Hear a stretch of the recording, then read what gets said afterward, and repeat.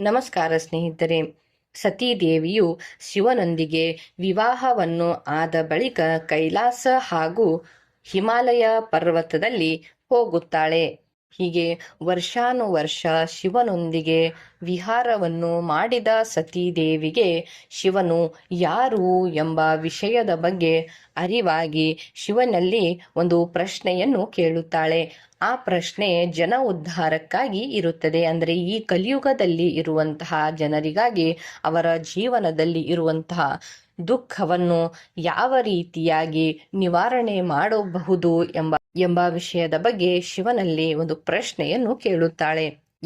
ಹೀಗೆ ಜನ ಉದ್ಧಾರಕ್ಕಾಗಿ ಕೇಳಿದ ಪ್ರಶ್ನೆಯನ್ನು ಕೇಳಿ ಶಿವನು ಅತ್ಯಂತ ಪ್ರಸನ್ನನಾಗುತ್ತಾರೆ ಹಾಗೂ ಸಂತೋಷದಿಂದ ಹೇಳುತ್ತಾರೆ, ಹೇ ದಕ್ಷ ಕನ್ಯೆಯೇ, ನಾನು ಈ ಕಲಿಯುಗದಲ್ಲಿ ಇರುವಂತಹ ಜನರಿಗಾಗಿ ಹಾಗೂ ಜೀವನ ಸಂಸಾರ ದುಃಖದಿಂದ ಆಯಾಸವಿಲ್ಲದೆ ಯಾವ ರೀತಿಯಾಗಿ ಉದ್ಧಾರವಾಗಬಹುದು ಎಂಬ ಈ ನಿನ್ನ ಪ್ರಶ್ನೆಗೆ ಕುರಿತು ನಾನು ಉತ್ತರವನ್ನು ಹೇಳುವೆನು, ಕೇಳು ಎಂದು ಹೇಳುತ್ತಾ, ಆದರೆ ನಾನು ಹೇಳುವಂತಹ ವಿಷಯವನ್ನು ನೀನು ಪ್ರೇಮದಿಂದ ಭಕ್ತಿಭಾವದಿಂದ ಕೇಳಬೇಕು ಎಂದು ಶಿವನು ಸತೀದೇವಿಗೆ ಹೇಳುತ್ತಾರೆ.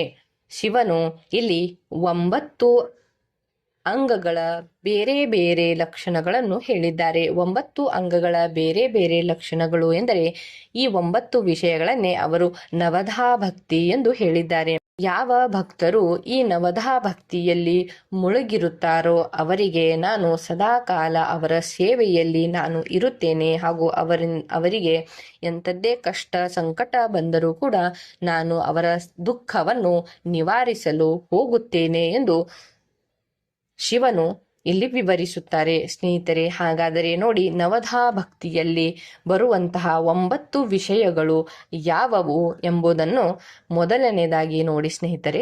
ಶ್ರವಣ.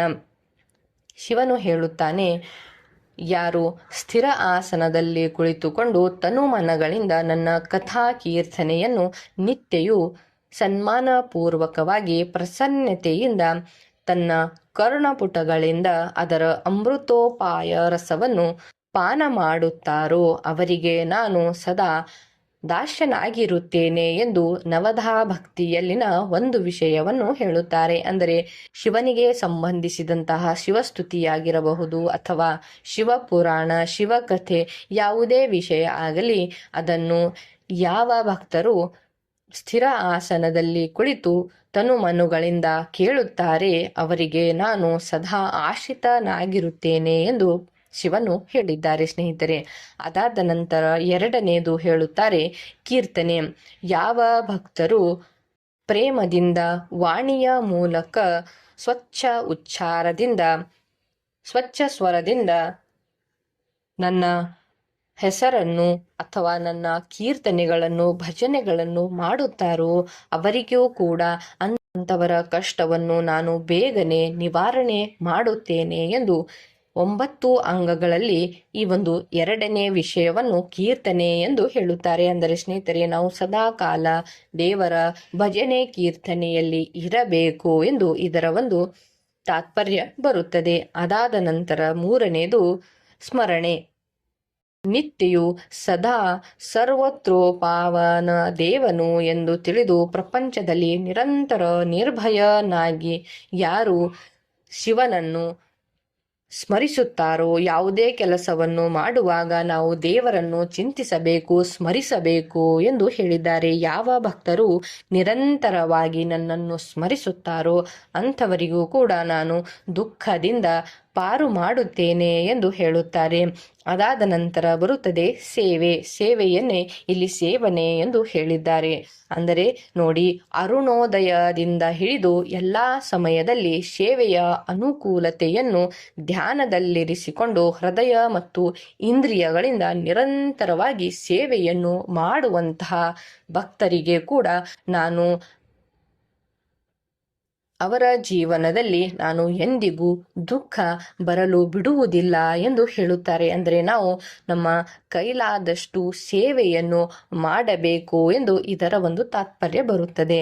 ಅದಾದ ನಂತರ ದಾಸ್ಯ. ತನ್ನನ್ನು ಪ್ರಭುವಿನ ದಾಸ್ಯ ಎಂದು ತಿಳಿದು ಹೃದಯಾಮೃತದ ಭೋಗದಿಂದ ಸದಾ ಸ್ವಾಮಿಯ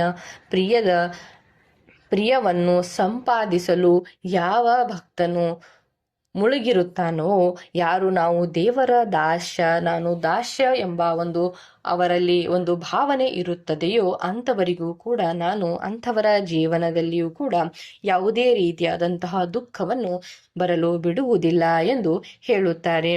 ಅದಾದ ನಂತರ ಹೇಳುತ್ತಾರೆ, ಇವರು ಅರ್ಚನೆ ಅಂದರೆ ಸ್ನೇಹಿತರೆ, ತನ್ನ ಧನ ವೈಭವಕ್ಕೆ ಅನುಗುಣವಾಗಿ ಶಾಸ್ತ್ರೀಯ ವಿಧಿವಿಧಾನಗಳಿಂದ ಪರಮಾತ್ಮನಾದ ನನಗೆ ಸದಾಕಾಲ ಪಾದ್ಯದಿ ಅಂದರೆ 16 ಉಪಚಾರಗಳನ್ನು ಯಾರು ಸಮರ್ಪಣೆ ಮಾಡುತ್ತಾರೆಯೋ ಅದನ್ನೇ ಅರ್ಚನೆ ಎಂದು ಹೇಳಿದ್ದಾರೆ.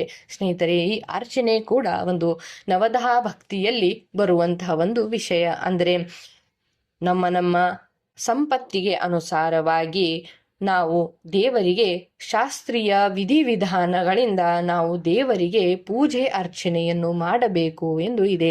ಸ್ನೇಹಿತರೆ, ಇದರ ತಾತ್ಪರ್ಯ ಏನೆಂದರೆ, ಕೆಲವರು ತುಂಬ ಬಡವರು ಆಗಿರುತ್ತಾರೆ, ಹಾಗಾಗಿ ಅಂಥವರಿಗೆ ಪಂಚಾಮೃತ ಅಭಿಷೇಕವನ್ನು ಮಾಡಲು ಆಗುವುದಿಲ್ಲ. ಅಂತಹ ಭಕ್ತರು ಕೇವಲ ನೀರಿನಿಂದ ಶಿವನ ಅಭಿಷೇಕ ಮಾಡಿದರೂ ಕೂಡ ಶಿವನು ಅವರಿಗೆ ಬೇಗನೆ ಒಲಿಯುತ್ತಾನೆ ಎಂದು ಇದರ ಒಂದು ತಾತ್ಪರ್ಯ ಬರುತ್ತದೆ. ಸ್ನೇಹಿತರೆ, ಅದಾದ ನಂತರ ಬರುವುದು ವಂದನೆ. ಮನಸ್ಸಿನಿಂದ ಧ್ಯಾನ ಮತ್ತು ವಾಣಿಯಿಂದ ವಂದನಾತ್ಮಕ ಮಂತ್ರಗಳನ್ನು ಉಚ್ಚರಿಸುತ್ತಾ ನಮ್ಮ 8 ಅಂಗಗಳಿಂದ ನೆಲವನ್ನು ಮುಟ್ಟಿ ಇಷ್ಟ ದೇವನಿಗೆ ನಮಸ್ಕಾರವನ್ನು ಮಾಡುವುದಕ್ಕೆ ವಂದನೆ ಎಂದು ಹೇಳಿದ್ದಾರೆ.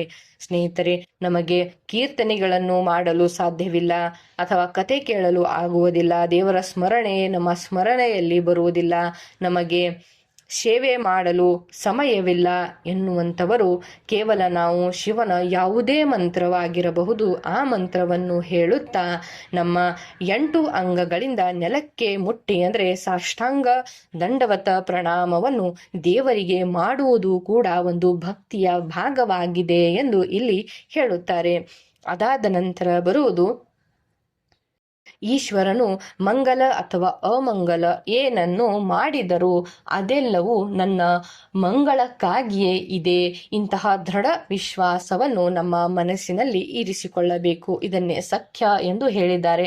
ಅಂದರೆ ಸ್ನೇಹಿತರೆ, ನಾವು ನಮ್ಮ ಜೀವನದಲ್ಲಿ ಒಂದು ದುಃಖ ಬಂದಿದ್ದಲೇ ಏಕಪ್ಪ ಇಂತಹ ದುಃಖ ಬಂದಿದೆ ಅಂತ ನಾವು ಗೋಳಾಡಿಕೊಂಡು ಇರುತ್ತೇವೆ ಸ್ನೇಹಿತರೆ. ಆದರೆ ಹೀಗೆ ನಾವು ವಿಚಾರ ಮಾಡದೆ ಸುಖ ಬರಲಿ ಅಥವಾ ದುಃಖ ಇರಲಿ ಏನೇ ಇದ್ದರೂ ಕೂಡ ಇದು ನಮ್ಮ ಒಳ್ಳೆಯದಕ್ಕಾಗಿಯೇ ದೇವರು ನೀಡಿದ್ದಾರೆ ಎಂದು ಅದನ್ನು ಸ್ವೀಕಾರ ಮಾಡುವಂತಹ ಭಕ್ತರು ಕೂಡ ಶಿವನಿಗೆ ತುಂಬಾ ಪ್ರೀತಿಯ ವ್ಯಕ್ತಿಗಳು ಆಗಿರುತ್ತಾರೆ ಎಂದು ಶಿವನೇ ಇಲ್ಲಿ ವಿವರಿಸಿದ್ದಾರೆ.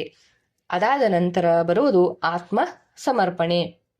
ಅಂದರೆ ಯಾವ ಭಕ್ತರು ತಮ್ಮ ಜೀವನ ನಿರ್ವಹಣಕ್ಕೆ ಬೇಕಾಗಿರುವಂತಹ ಸ್ವಲ್ಪ ವಸ್ತುವನ್ನು ಮಾತ್ರ ತಮ್ಮಲ್ಲಿ ಇಟ್ಟುಕೊಂಡು ಉಳಿದೆಲ್ಲ ವಸ್ತುವನ್ನು ದೇವರಿಗಾಗಿಯೇ ಇದೆಲ್ಲ ದೇವರದ್ದು ಎಂದು ಯಾರು ಸಮರ್ಪಣೆಯನ್ನು ದೇವರಲ್ಲಿ ಮಾಡಿಕೊಳ್ಳುತ್ತಾರೆ ಅಂಥವರು ಕೂಡ ನನಗೆ ತುಂಬಾ ಪ್ರೀತಿಯ ವ್ಯಕ್ತಿಗಳು ಆಗಿರುತ್ತಾರೆ ಎಂದು ಹೇಳುತ್ತಾರೆ. ಯಾರು ಈ ಎಲ್ಲ ಈಗಾಗಲೇ ಹೇಳಿದಂತಹ ಈ 9 ವಿಷಯಗಳನ್ನು ಅಂದರೆ 9 ಅಂಗಗಳಿಂದ ನನಗೆ ಯಾರು ಪೂಜೆಯನ್ನು ಮಾಡುತ್ತಾರೋ ಅಥವಾ ಚಿತ್ತದಲ್ಲಿ ನನ್ನನ್ನು ಸ್ಮರಿಸುತ್ತಾರೋ ಅಂಥವರಿಗೆ ನಾನು ಎಂದು ದುಃಖವನ್ನು ಬರಲು ಬಿಡುವುದಿಲ್ಲ ಎಂದು ಶಿವನು ವಿವರಿಸುತ್ತಾರೆ. ಅದೇ ರೀತಿಯಾಗಿ ಬಿಲ್ವಾದಿ ಸೇವನೆಗೆ ಮುಂತಾದ ನನ್ನ ಭಕ್ತಿಯ ಅನೇಕ ಉಪಾಂಗಗಳಾಗಿವೆ ಎಂದು ಶಿವನು ಸತೀದೇವಿಗೆ ಹೇಳುತ್ತಾರೆ. ಅದೇ ರೀತಿಯಾಗಿ ಶಿವನು ಸತೀದೇವಿಗೆ ಹೇಳುತ್ತಾರೆ, ಭಕ್ತಿಯ ಪ್ರಭಾವದಿಂದ ನಾನು ಸದಾ ಭಕ್ತನ ವಶದಲ್ಲಿಯೇ ಇರುತ್ತೇನೆ, ಇದರಲ್ಲಿ ಸಂಶಯವೇ ಇಲ್ಲ ಎಂದು ಹೇಳುತ್ತಾರೆ. ಪ್ರಪಂಚದಲ್ಲಿ ಭಕ್ತಿ ಉಳ್ಳ ಪುರುಷನಿಗೆ ನಾನು ಸದಾ ಸಹಾಯ ಮಾಡುತ್ತೇನೆ, ಅವನ ಎಲ್ಲ ವಿಘ್ನಗಳನ್ನು ನಾನು ದೂರ ಮಾಡುತ್ತೇನೆ. ಆ ಭಕ್ತನ ಶತ್ರುವು ನನಗೆ ದಂಡಿತನಾಗಿರುತ್ತಾನೆ, ಇದರಲ್ಲಿ ಯಾವುದೇ ರೀತಿಯಾದಂತಹ ಸಂಶಯವೇ ಇಲ್ಲ ಎಂದು ಶಿವನು ಹೇಳುತ್ತಾನೆ. ಅದೇ ರೀತಿಯಾಗಿ ನೋಡಿ, ನಾನು ನನ್ನ ಭಕ್ತರ ರಕ್ಷಣೆಗಾಗಿ ಸದಾ ಕಾಲ ಹಾಜರಾಗಿರುತ್ತೇನೆ ಎಂದು ಹೇಳುತ್ತಾರೆ. ಹೀಗೆ ಹೇಳಿ ಶಿವನು ಕೆಲವು ಉದಾಹರಣೆಗಳನ್ನು ಹೇಳುತ್ತಾರೆ. ರಾವಣನಿಗೆ ಯಾವ ರೀತಿಯಾಗಿ ನಾನು ಧ್ವಂಸ ಮಾಡಿದ್ದೇನೆ, ಹೀಗೆ ಅನೇಕ ಉದಾಹರಣೆಗಳಲ್ಲೂ ಇಲ್ಲಿ ನೀಡಿದ್ದಾರೆ ಸ್ನೇಹಿತರೆ.